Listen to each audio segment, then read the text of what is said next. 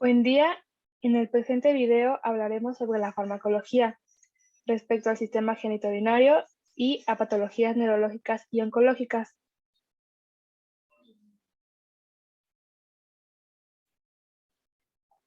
Respecto al sistema genitourinario está la insuficiencia renal. Es una enfermedad urológica caracterizada por una repentina o paulatina pérdida de la capacidad depurativa de los riñones.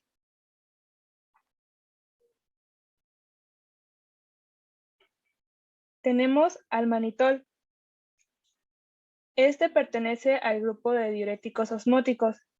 Estos bloquean la reabsorción de agua en el túbulo proximal y en la porción descendente de la asa de Henle.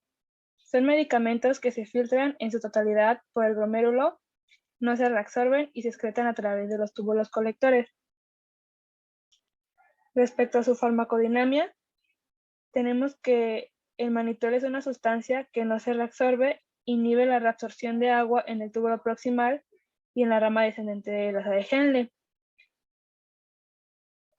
Se administra por vía endovenosa y en su farmacocinética tenemos que la diuresis aparece en 1 a 3 horas, su vida media es de 15 a 100 minutos. El manitol permanece confinado en el espacio extracelular y no atraviesa la barrera hematoencefálica. Se metaboliza muy poco y es excretado casi en su totalidad en la orina por filtración glomerular.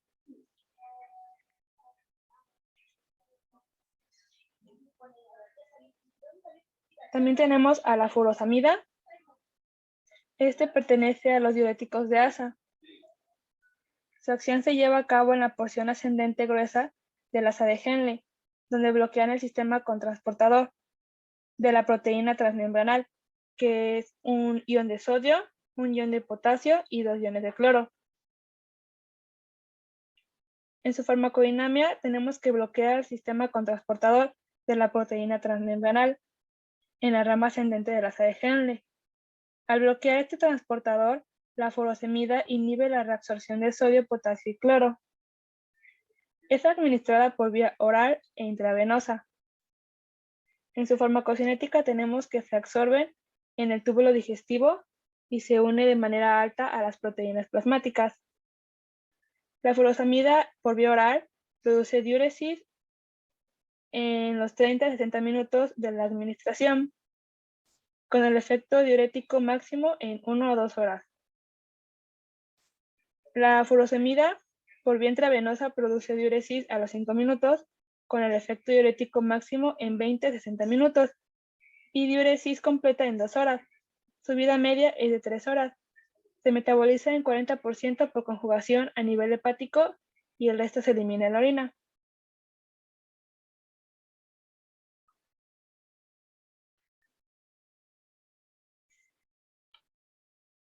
Tenemos a la dopamina, que pertenece al grupo de agonistas de los beta-adrenoreceptores. Estos ejercen un importante efecto inotrópico y conotrópico positivo sobre el corazón. En su farmacodinamia tenemos que es un neurotransmisor central, precursor metabólico inmediato de la noradrenalina y adrenalina. Este estimula la contracción miocárdica al actuar de manera directa sobre los receptores adrenérgicos B1 del miocardio, lo cual promueve la liberación de adenosina, enzima que cataliza el paso de ATP a AMP cíclico que promueve la entrada de calcio a la miofibrillas. Es un agonista directo de los receptores de dopamina D1 y D2, que también produce estimulación de los receptores alfa-1. Se administra por vía intravenosa en infusión continua. Y tenemos en su farmacocinética que su vida media es de 1 a 2 minutos, sus efectos cardiovasculares se observan en menos de 10 minutos y sus efectos renales en menos de 30. Es metabolizada por la enzima monoaminoxidasa, presente en hígado, riñón, plasma y tracto gastrointestinal, de modo que la administración oral es ineficaz.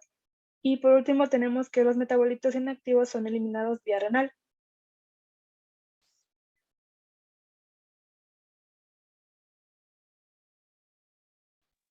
Otra de las patologías presentes en este sistema es el síndrome nefrótico, que es la enfermedad del riñón que ocasiona que el cuerpo elimine demasiadas proteínas en la orina.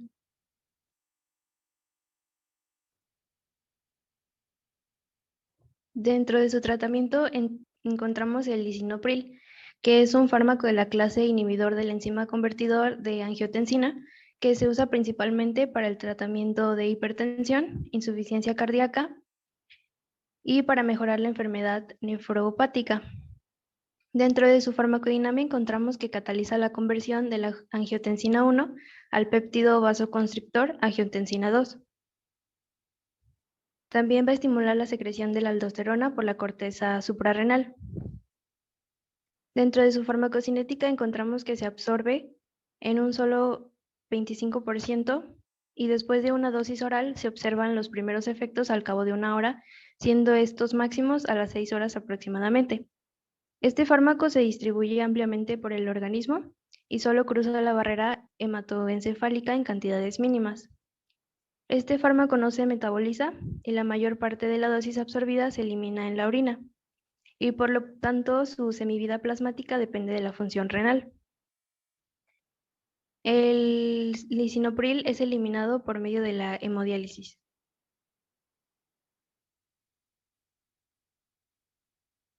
Otro fármaco que encontramos para su tratamiento es la espironolactona, que es un antagonista farmacológico específico de la aldosterona. Dentro de su farmacodinámica encontramos que actúa principalmente mediante un mecanismo competitivo de unión a los receptores de la zona de intercambio de sodio y de potasio, dependiente de la aldosterona localizados en el túbulo contorneado distal. Este fármaco actúa como un diurético ahorrador de potasio y provoca un aumento de la excreción de sodio y agua, manteniendo los niveles de potasio y de magnesio. Dentro de su farmacocinética encontramos que aproximadamente el 70 y 90% de la dosis es absorbida por el tracto digestivo después de una administración oral. El alimento puede aumentar la absorción de este fármaco. Después de dosis múltiples, el efecto se mantiene durante 2 o 3 días aproximadamente y su semivida plasmática es de 1.2 a 3 horas después de una dosis única. Este fármaco es extensamente metabolizado por el hígado y se excreta por medio de la orina o de la bilis. El último fármaco para tratar esta enfermedad es la ciclosporina, que se usa junto con otros medicamentos para prevenir el rechazo del trasplante en quienes recibieron trasplantes de riñón, de hígado o de corazón, en este caso el del riñón. Dentro de su farmacodinámica encontramos que disminuye la respuesta inmunitaria celular, inhibiendo la producción de anticuerpos T dependientes, y también inhibe la producción y liberación de linfocinas, incluyendo la interleucina 2. Dentro de su farmacocinética encontramos que se absorbe en el tracto gastrointestinal de manera incompleta y variable, y se alcanzan las concentraciones máximas en plasma y sangre en unas 3.5 horas más o menos. Se distribuye en gran parte fuera de la sangre y en el plasma aproximadamente el 90% de este está enlazado a las proteínas, principalmente las lipoproteínas.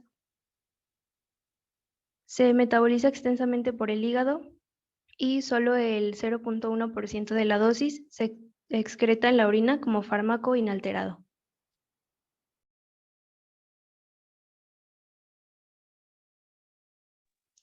Otra de las alteraciones del sistema genitourinario es la pielonefritis. La pielonefritis es una inflamación renal ocasionada por una infección bacteriana. La inflamación del riñón se debe a un tipo específico de infección del tracto urinario, por sus siglas ITU. La ITU suele comenzar en la uretra o la vejiga y se extiende a los riñones.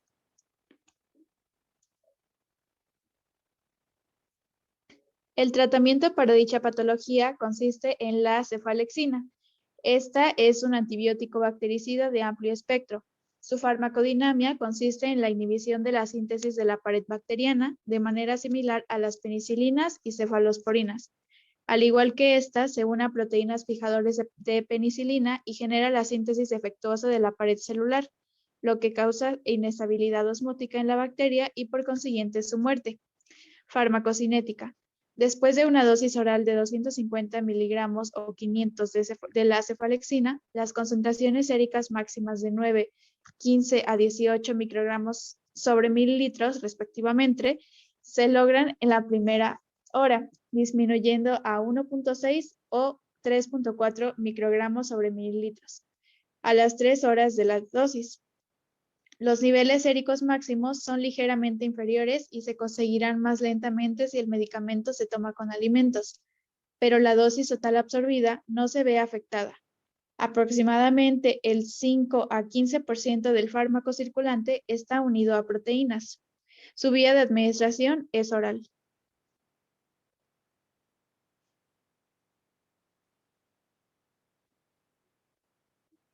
Otro fármaco para el tratamiento de la pielonefritis es el ciprofloxacino.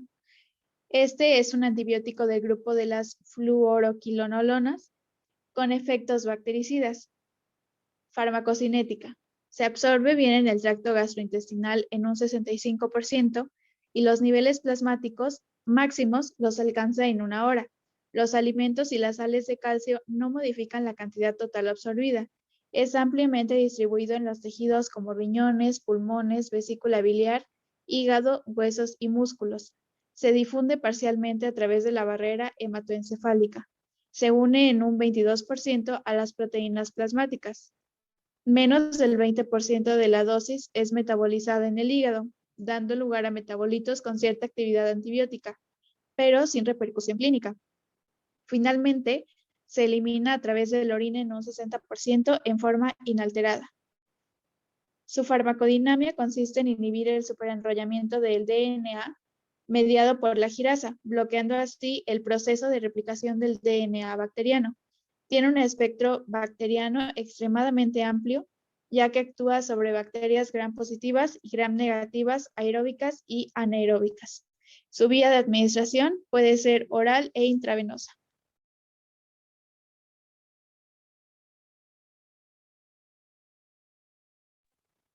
Asimismo, en este tratamiento están las cefalosporinas.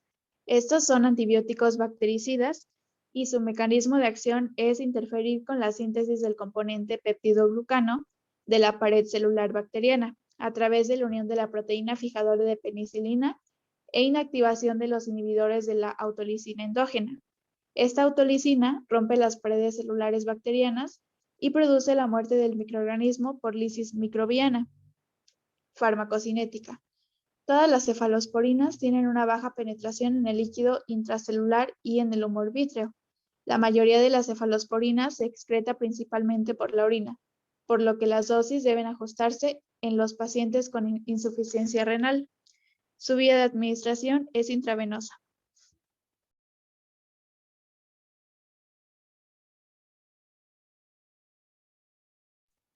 También están los aminoglucósidos. Estos son un grupo de antibióticos bactericidas que detienen el crecimiento bacteriano, actuando sobre sus ribosomas y provocando la producción de proteínas anómalas. Dentro de su farmacodinamia, encontramos que inhiben la síntesis proteica por acción directa sobre los ribosomas, alteran la unión del RNA-M al ribosoma y modifican la lectura del código genético. Farmacocinética. Se absorben rápidamente por vía intramuscular o subcutánea, así como intravenosa. No son metabolizados en el organismo y solo un pequeño porcentaje se une a proteínas plasmáticas. Tienen una vida media prolongada, se encuentran en orina aún 48 o 200 horas después de suspender un régimen de dosis múltiples, aun cuando en suero los niveles son indetectables. Se excretan en un 98% por filtración glomerular, 1% por secreción tubular y menos del 1% en heces y saliva.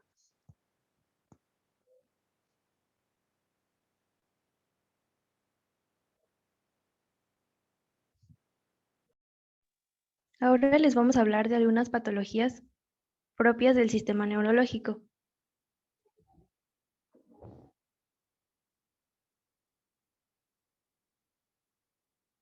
La primera de ellas es el Alzheimer, que es una enfermedad progresiva en la que los síntomas de demencia empeoran gradualmente con el paso de los años.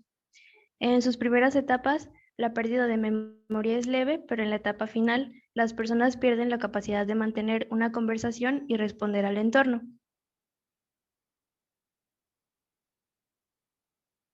Dentro de los fármacos utilizados para tratar esta enfermedad, tenemos el donepezilo, que es un inhibidor reversible de la colinesterasa. Su farmacodinámica consiste en inhibir selectivamente la acetilcolinesterasa, que es la enzima responsable de la destrucción de la acetilcolina, aumentando su biodisponibilidad. Su farmacocinética consiste en que se absorbe por vía oral tras una dosis única de 5 a 10 miligramos por kilogramo y alcanza una concentración plasmática máxima. Se une ampliamente en un 96% a proteínas plasmáticas. Su vida media de eliminación es de 70 a 80 horas aproximadamente y administrado en dosis múltiples de 5 miligramos por día en una sola toma, alcanza concentraciones en equilibrio estacionario a los 15 días de tratamiento. Solo el 17% de una dosis de este fármaco se elimina por orina sin metabolizar.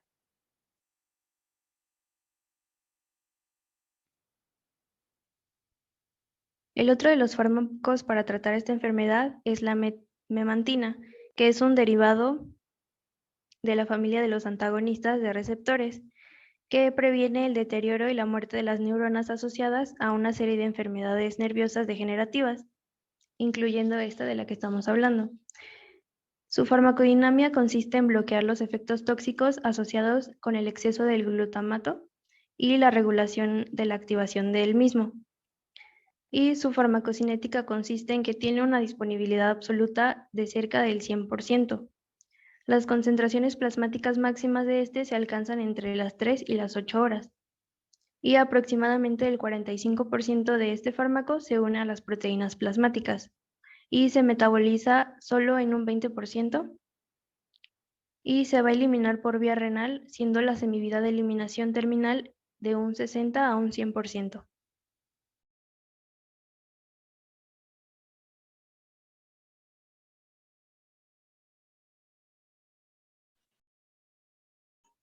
También tenemos al traumatismo craneoencefálico.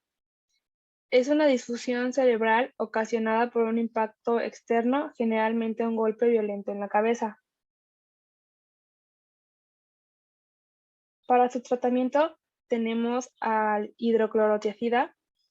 Esta pertenece al grupo de diuréticos tiazídicos, que son eficaces para tratar la hipertensión porque reducen la cantidad de sodio y líquido en el organismo. Los tiazídicos son la única clase de diuréticos que dilatan los vasos sanguíneos, lo cual también ayuda a reducir la presión arterial.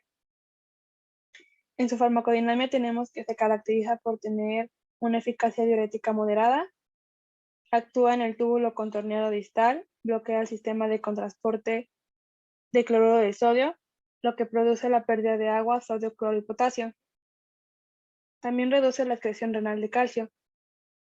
Se administra por vía oral. En su farmacocinética tenemos que se absorbe en el tubo digestivo. Después de su administración oral, el efecto diurético de la hidroclorotiazida se manifiesta en 2 horas. La actividad diurética se mantiene durante 6 a 12 horas. Su vida media es de 5 a 15 horas. No se metaboliza y es eliminada con rapidez a través de la orina.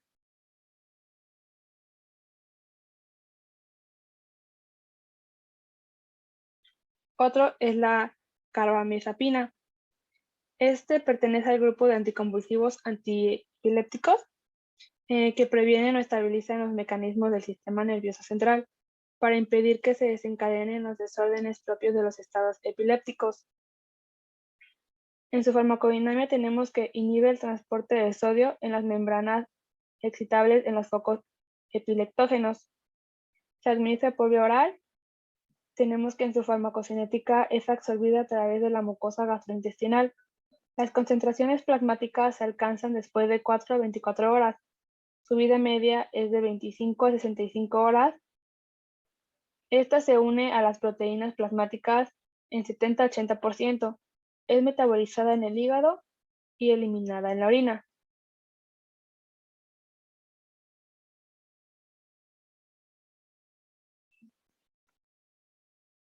En el mismo grupo tenemos a la fenitoína, que produce alteración en las conductancias de sodio, potasio y calcio. los potenciales de la membrana y las concentraciones de aminoácidos y de los neurotransmisores.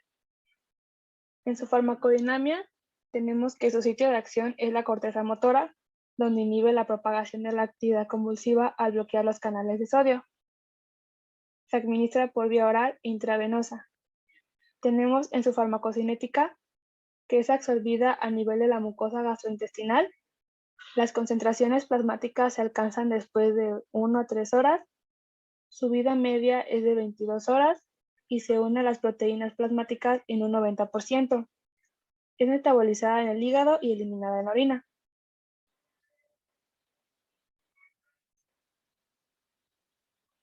También tenemos a la enoxaparina. Este pertenece al grupo de los anticoagulantes. Estos son medicamentos que previenen la formación de coágulos sanguíneos y también evitan que los coágulos de sangre ya existentes se hagan más grandes. En su farmacodinámica tenemos que potencia la acción de inhibidor de endógeno de la coagulación, la antropibina 3. Esta aumenta la inhibición de la formación y actividad del factor XA, mediada por antitrombina 3. Esta acción reduce la formación de los trombos. Es administrada por vía endovenosa y subcutánea. En su farmacocinética tenemos que después de la aplicación subcutánea se absorbe de forma rápida y en su totalidad. La absorción es directamente proporcional a la dosis administrada. Su vida media es de 4 a 6 horas. Este medicamento es metabolizado en hígado y se elimina a través de la orina.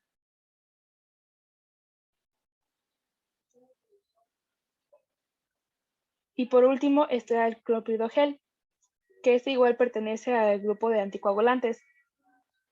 En su farmacodinámica tenemos que bloquea de manera selectiva e irreversible el receptor de disfosfato de adenosina en las plaquetas. Está administrado por vía oral y en su farmacocinética tenemos que se absorbe con rapidez en el tubo digestivo. Se une de manera extensa a las proteínas plasmáticas. Tiene una vida media de 8 horas. Su efecto antiplaquetario se observa en 2 a 24 horas. Es metabolizada en hígado y eliminado a través de la orina.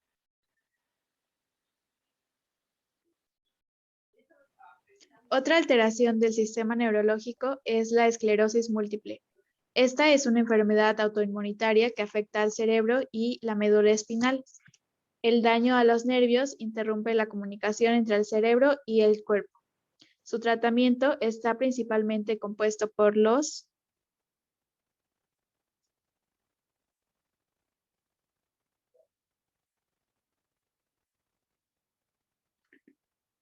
glucocorticoides. Estos son hormonas de la familia de los corticosteroides que participan en la regulación del metabolismo de carbohidratos, favoreciendo así la gluconeogénesis y la glucogenólisis. Poseen además actividad inmunosupresora. Dentro de estos tenemos a la metilprednisolona, que es un esteroide sintético del grupo de los glucocorticoides y se utiliza en medicina por sus propiedades inmunosupresoras y antiinflamatorias. Farmacocinética. El succinato de la metilprednisolona es convertido en el hígado en un metabolito mucho más lentamente que la hidrocortisona por vía oral. Farmacodinámica. El succinato de metilprednisolona produce concentraciones más altas y más rápido porque no se une tanto a la ceralbúmina y al complejo proteico de almacenamiento transcortina como la hidrocortisona. Los corticosteroides ejercen su efecto benéfico a nivel celular, pero no en el plasma. Otros fármacos para este tratamiento son los inmunosupresores o inmunomoduladores. Son medicamentos que bloquean algunas funciones del sistema de defensa del cuerpo humano y por tanto se administra para regular la respuesta inmunológica del paciente. Al mismo tiempo, dentro de este grupo está el grupo de los interferón beta 1b. Son sustancias que se producen naturalmente por las células del organismo para efectuar frente a las infecciones y tumores. En este grupo se encuentra el betaferón. Se usa en los pacientes con esclerosis múltiple remitente recidivante y 2 o más recaídas en los 2 últimos años y en pacientes con esclerosis múltiple secundaria progresiva que presentan enfermedad activa demostrada por la aparición de recaídas. Su farmacodinámica consiste en la actividad antivírica e inmunoreguladora mediada por su interacción con receptores celulares específicos en la superficie humana, de células humanas. Su vía de administración es subcutánea.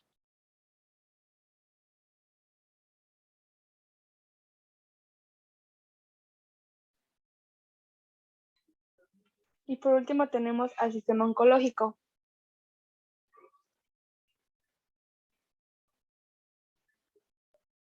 En este tenemos al cáncer de próstata. Es una enfermedad por la que se forman células malignas en los tejidos de la próstata. Tenemos al docetaxel, que este pertenece al grupo de agentes antineoplásicos antimicrotubulares. Los medicamentos de este grupo actúan en la fase M del ciclo celular, bloquean el desacoplamiento del uso mitótico. Los fármacos incluidos dentro del grupo son el docetaxel. En su farmacodinámica tenemos que es un derivado del taxano, que produce una estabilización de los microtúbulos que interfieren en su función, lo que provoca detención de la mitosis. Este es administrado por vía intravenosa. En su farmacocinética tenemos que es metabolizado en el hígado, eliminado en 75% por las heces y el resto por la orina.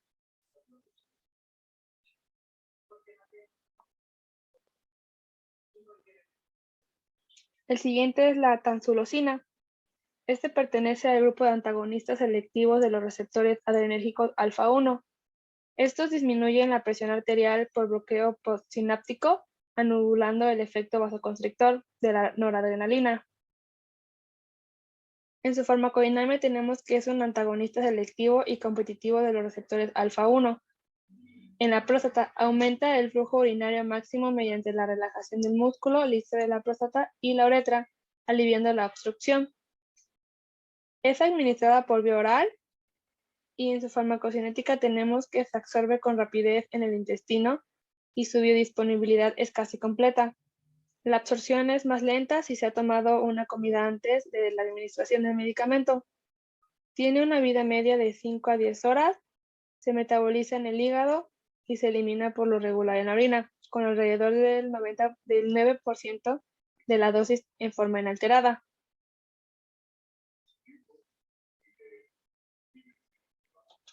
Y por último tenemos a la flutamida. Este pertenece al grupo de antiandrógenos. Primero, los andrógenos tienen que adherirse a una proteína en estas células llamado a un receptor de andrógenos. Y los antiandrógenos son medicamentos que también se conectan a estos receptores, evitando que los andrógenos provoquen crecimiento tumoral. En su farmacodinámica tenemos que evita que los ligados naturales del receptor de andrógenos se unan al receptor. Por ende, tiene actividad por sí misma contra el cáncer de próstata. En teoría, el tratamiento antiandrogénico con un agonista de la hormona liberadora de la gonadotropina conduce a un bloqueo androgénico más completo al inhibir además los efectos biológicos de los andrógenos producidos en las suprarrenales. Este es administrado por vía oral y en su farmacocinética tenemos que se absorbe rápida y completamente a través del tracto gastrointestinal. La biodisponibilidad absoluta es desconocida. La flutamina se une extensamente a las proteínas del plasma en un 95% y parece concentrarse en la próstata. Otra de las patologías que encontramos es el cáncer cervicouterino. Este es un tumor maligno en la parte inferior del útero que se puede diagnosticar mediante la prueba de Papa Nicolau y se puede prevenir mediante la vacuna contra el VPH. Para su tratamiento, los principales fármacos que encontramos es el cisplatino. Este es un complejo de platino con estructura plana que consiste en dos átomos de cloruros salientes en la posición cis alrededor del átomo de platino. Se administra principalmente con una infusión intravenosa, intraperitoneal o intraarterial. Dentro de su farmacodinámica, el cisplatino está presente en un estado no cargado inactivo debido a la alta concentración de iones de cloruro. Entra en las células por difusión pasiva. y pierde sus dos grupos de cloruro, convirtiéndose en un compuesto electrófilo cargado positivamente. El cisplatino se une entonces con el ADN, ARN y otras macromoléculas en dos lugares para formar enlaces intra e intercatenarios. Para su farmacocinética, se distribuye ampliamente en todos los tejidos del cuerpo, con altas concentraciones en la próstata, hígado y los riñones, uniéndose ampliamente a las proteínas plasmáticas y las superficies de las células rojas.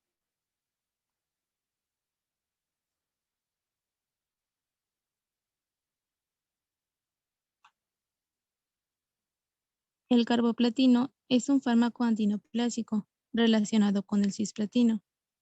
Estos son igualmente eficaces en los cánceres de ovario, cánceres de pulmón y muchos tumores que son resistentes a este. Se administra por infusión intravenosa, intraperitoneal o intraarterial. Dentro de su farmacodinámica, actúa como un agente alquilante bifuncional. Atraviesa fácilmente la membrana celular. Una vez dentro de la célula, la estructura de anillo de carboplatino es hidrolizado por el agua para formar la fracción activa. Esta reacción se produce lentamente, por lo tanto se requiere de 4 a 6 veces la cantidad de carboplatino para producir los mismos efectos citotóxicos que el cisplastino. En su farmacocinética, después de una dosis intravenosa, se distribuye ampliamente en todos los tejidos del cuerpo y la distribución es igual a la del agua total del cuerpo. La excreción es bifásica, con semividas de 90 y 180 minutos, ocurriendo principalmente por los riñones a través de filtración y secreción tubular. El 65% de una dosis puede ser recuperada en la orina en las primeras 24 horas.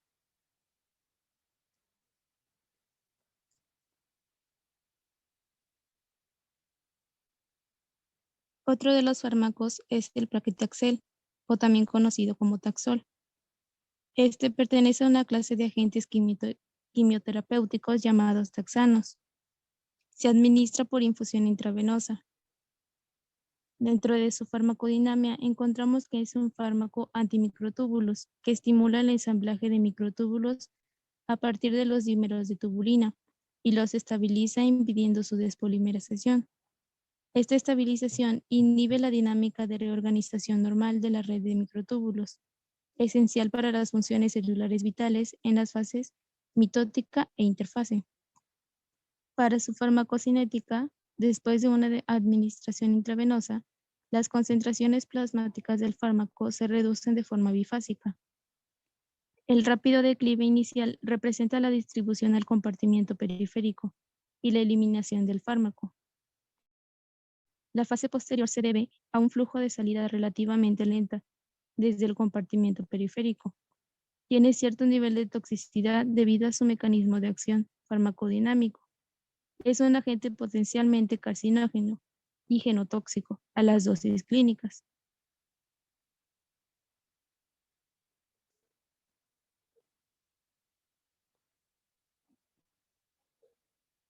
Cáncer de estómago. También conocido como cáncer gástrico, que se origina en el estómago debido a un crecimiento normal de las células malignas.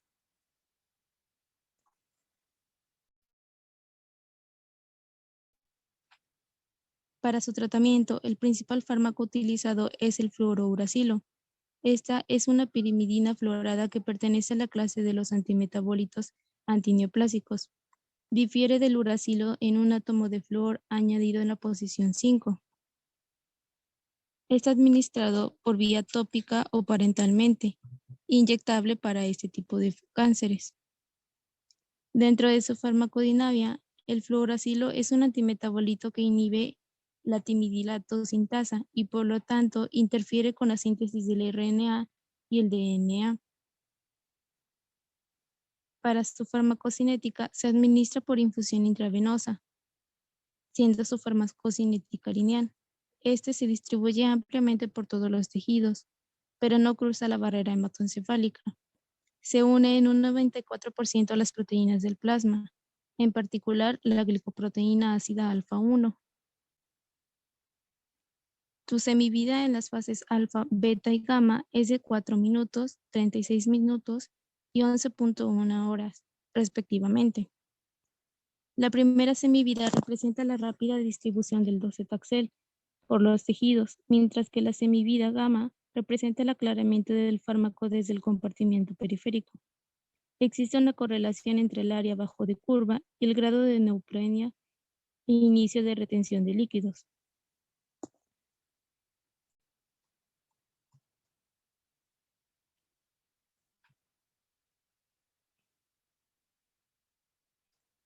Como bien lo mencionaba, el fármaco docetaxel es un antineoplásico semisintético, similar al paclitaxel por su mecanismo de acción, estructura química y actividad antitumoral. Este es un fármaco similar debido a su infusión intravenosa, puesto que dentro de su farmacocinética, el fármaco se distribuye ampliamente por todos los tejidos, no cruza la barrera hematoencefálica y existe una correlación entre el área bajo de curva y el grado de neutropenia.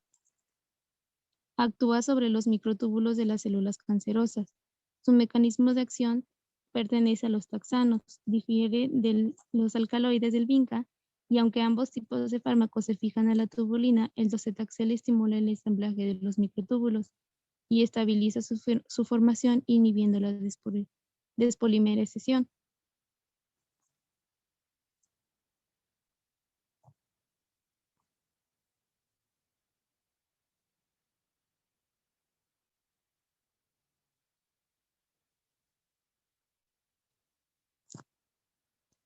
Por último, tenemos la epirubicina. Este es un agente quimioterapéutico de la familia de las antriciclinas y es el cuarto epímero de la doxorubicina, derivado semisintético de uno de ellos. Se administra por vía intravenosa y dentro de su farmacodinámica encontramos que se induce citotoxicidad a través de varios mecanismos diferentes. La epirubicina con complejos en el ADN intercalándose entre pares de bases de este, causando cambios en la conformación de la hélice, lo que interfiere en el alargamiento del filamento, inhibiendo la ADN polimerasa y la síntesis de proteínas debido a los efectos de la ARN polimerasa. También puede formar complejos con el hierro o el cobre, o afectando la enzima responsable de roturas del filamento de ADN durante la transcripción. Dentro de su farmacocinética, se administra por vía intravenosa y se distribuye ampliamente en los tejidos, uniéndose aproximadamente en un 77% a las proteínas plasmáticas, principalmente a la albumina. Tiene un aclaramiento trifásico con semivida media para las fases alfa, beta y terminal de 3 minutos, 1 hora y 30 horas respectivamente. Así es como concluimos este video, que fue elaborado por una servidora y mis compañeras. Alison Michelle Herrera Alarcón. Wendy Jacqueline Hernández Ramírez. Vanessa Landa Lázaro. Y Magdalena Juárez Flores.